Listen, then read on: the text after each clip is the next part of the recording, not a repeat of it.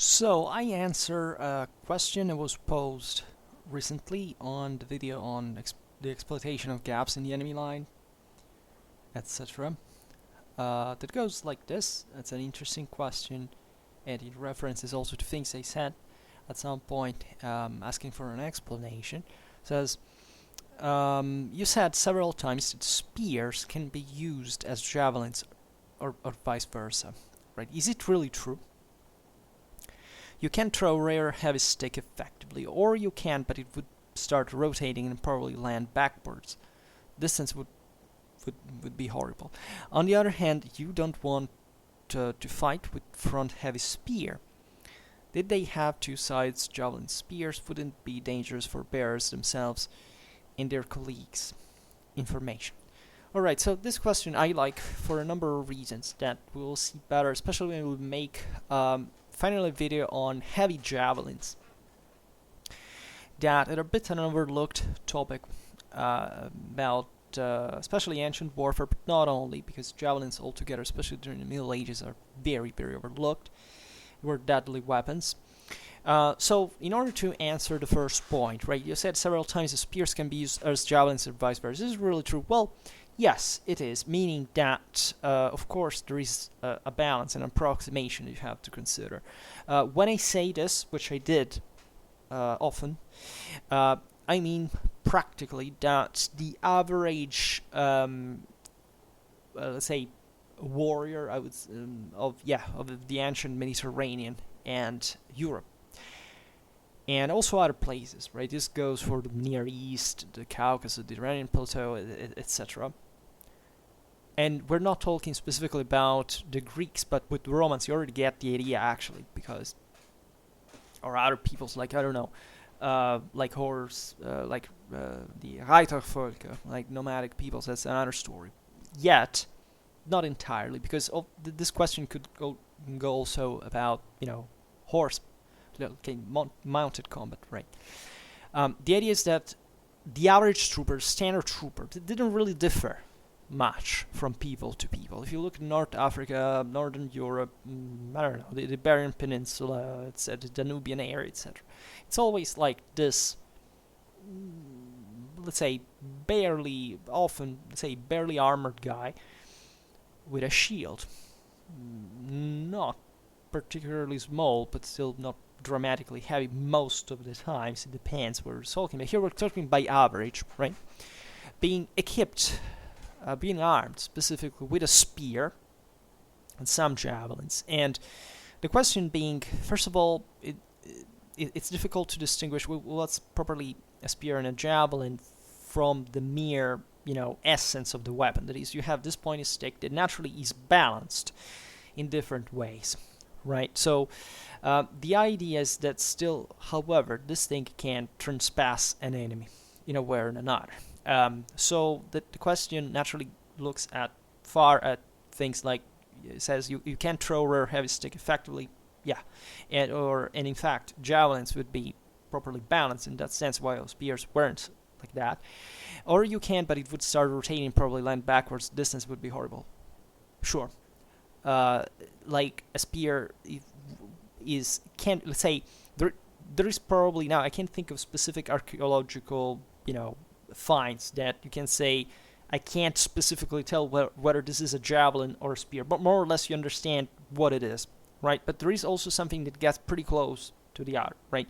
Especially when you see, I don't know, heavy javelins that come out in different forms.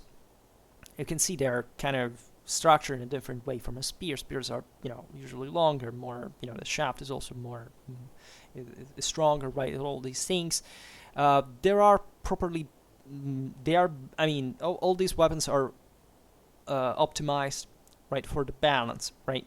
They usually don't have even specific weights to counterbalance everything. Like, it's the broader structure included the tips that makes the magic, right? If you speak about longer spears like pikes, you had for reasons given that they were handled the bottom end, you had a counterweight in the rear, so that it would help you balance the spear to use it specifically.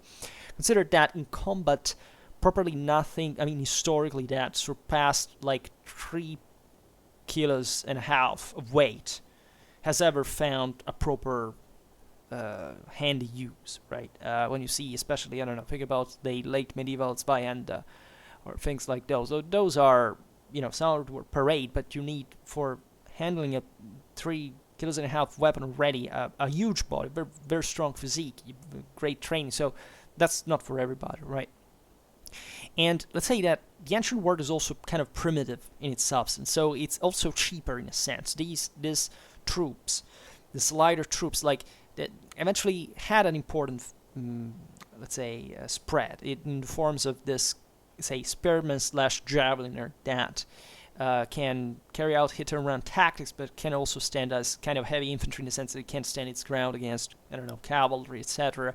Think about the Tour Alpharoid that spread. We were talking about that yesterday, speaking of Hellenic hoplites, right? So the same Roman legionnaire is technically this, right? It's technically an evolved Italic warrior that basically fought along that same pattern. Naturally, there were differences at some levels. I don't know. I think about the Celts that fundamentally transformed their society, mostly concentrating, on the effect of the charge, while they couldn't, resist much on the longer run.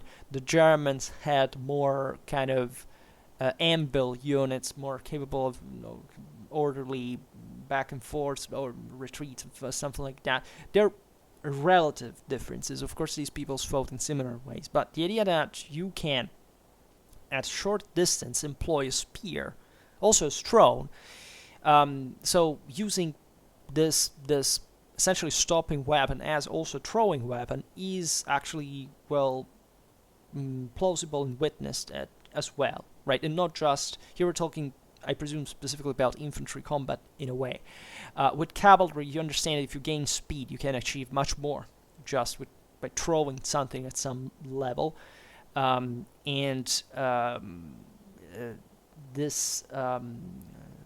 Here we don't go properly into technicalities how this happened. We'll see it maybe on another occasion. But even if you look at the medieval knight, right, when you think about from a certain time onwards, from the year 1000 to, I don't know, 1150, it was properly the standardization of the couché, lance grip, etc. So they didn't use it in medieval knights used lances in every single possible kind of way.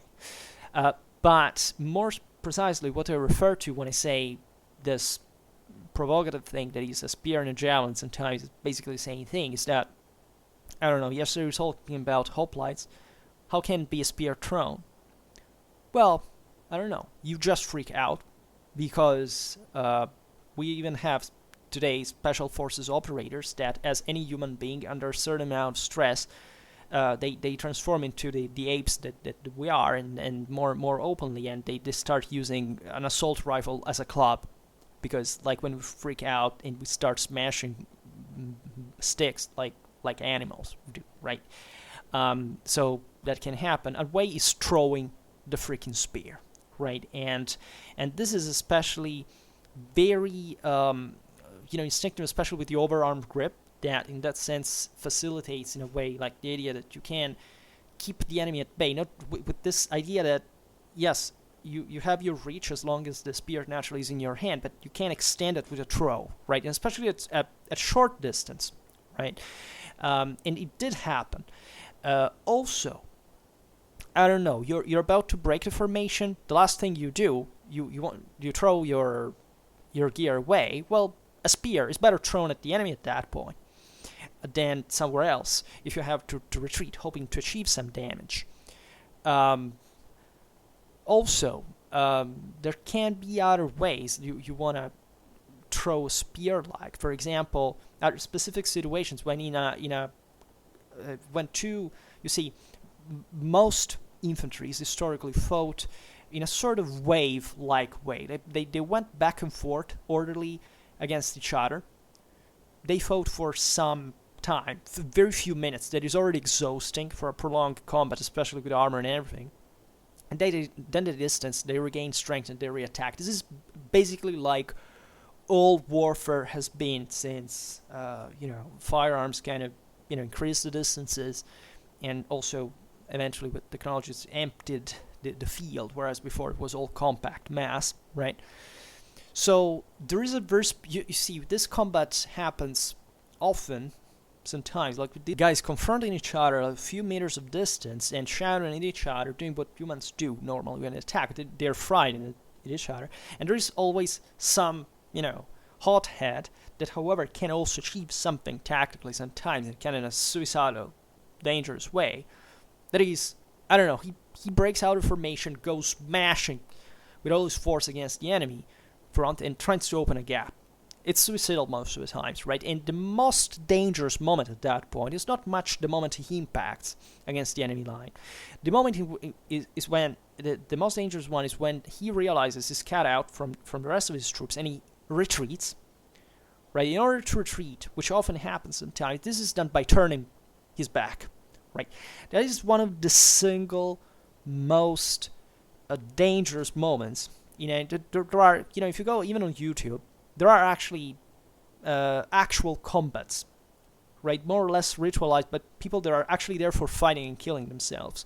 We find in many instances, and you see that that's one of the single most dangerous moments. Normally, that can happen just by being cut, like somebody runs after you, and you're turned, you can't even parry proper, so you maybe get your back cut.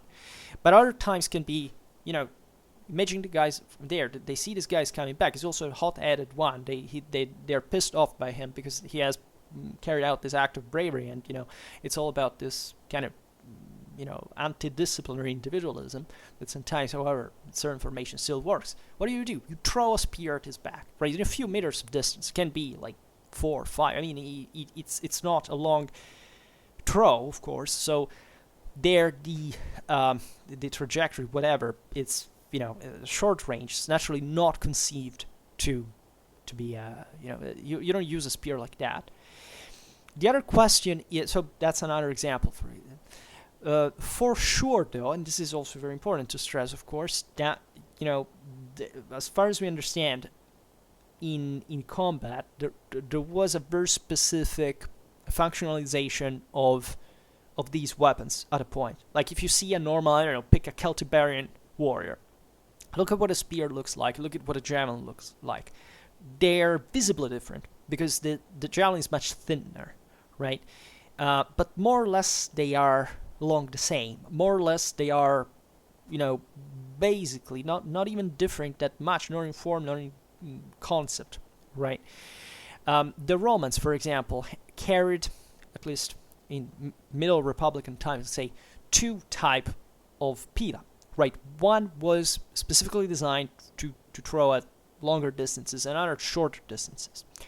And at one point I will have to make a video on the pila properly and how it was used, because most people believe that this was a weapon that was functionalized for the charge, shock and charge tactics, before you throw the pila all together and then you attack.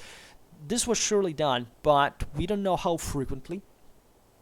The point is, we know the Roman legionnaire could carry 2 pila, but maybe, I don't know, he threw 12 during the battle, because even if you try to reconstruct this battle accounts, there are certain time gaps that you can't explain otherwise, but they simply spent an awful lot of time just throwing stuff at each other, not fighting hand-to-hand combat, as we've seen, is exhausting, and the energies there were very, very, very economized, let's say, so that we know, even in practical terms, that of course a Roman legionnaire, for example, imagine you have to carry the scutum. It's a pretty heavy thing. It's like 8 kilos. You have your own sword. You're very well aggressive kind of type and well trained to operate with that at close range, etc. You have these 2 heavy javelins with you that are, especially the Middle Republican pilum, it's even more than a heavy javelin, because it was a very sophisticated weapon for the time. It's even difficult to define it like that.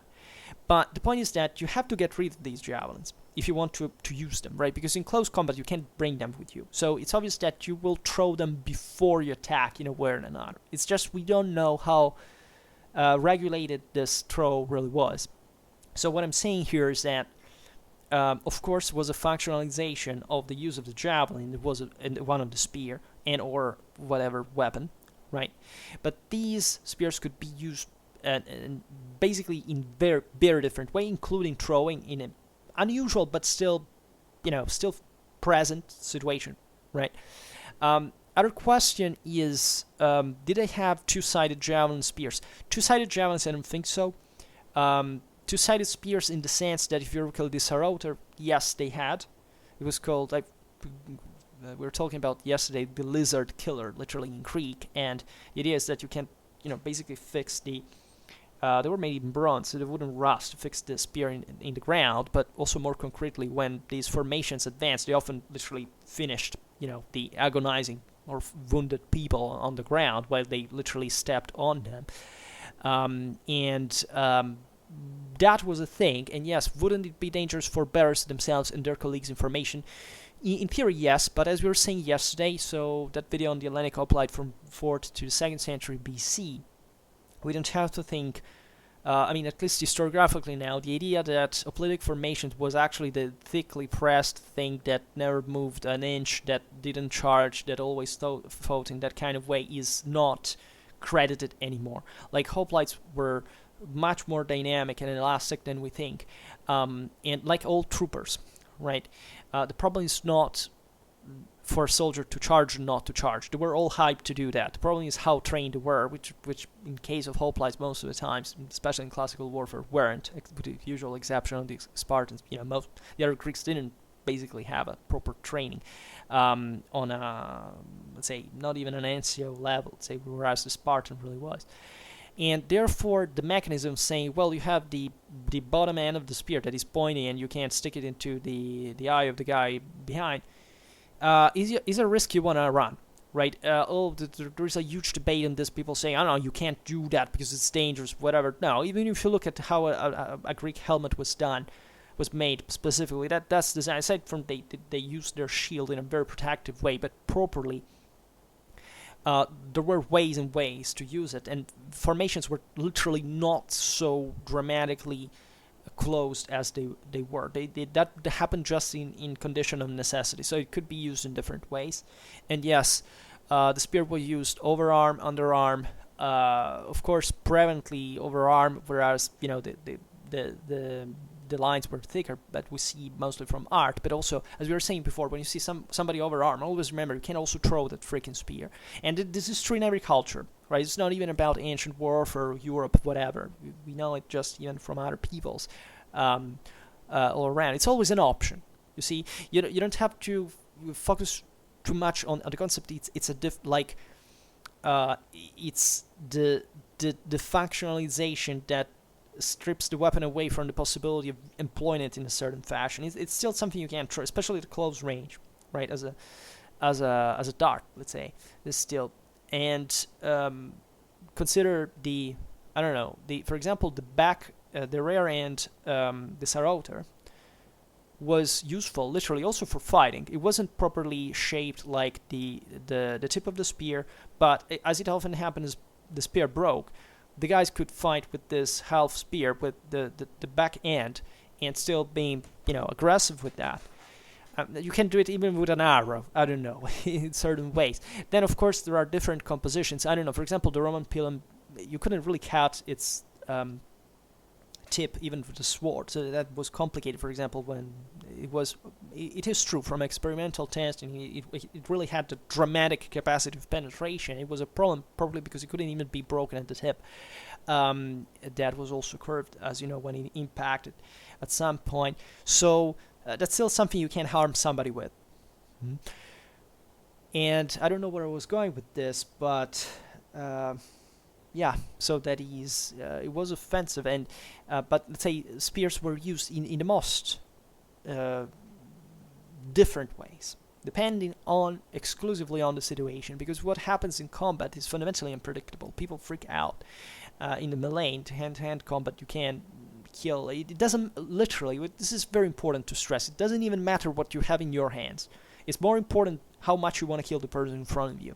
And this may sound strange, because we are very wired, and legitimately so, historically, to the technicality of these weapons. They surely were very sophisticated. Like, if you look at the lines, the design of these weapons, you realize they were dramatically functional to their purpose, right? But still, we're not fully rational people, and especially in combat, that can be evident. And so things could happen for which, I don't know, yes, you throw a spear and there's a corpse there, you can take a spear, for example. Maybe the guy behind you can pass his own, right? We are at this level. And never also underestimate the capacities of, other, like, I don't know, there's another guy that, you're not just the only type of trooper as a spearman on the field.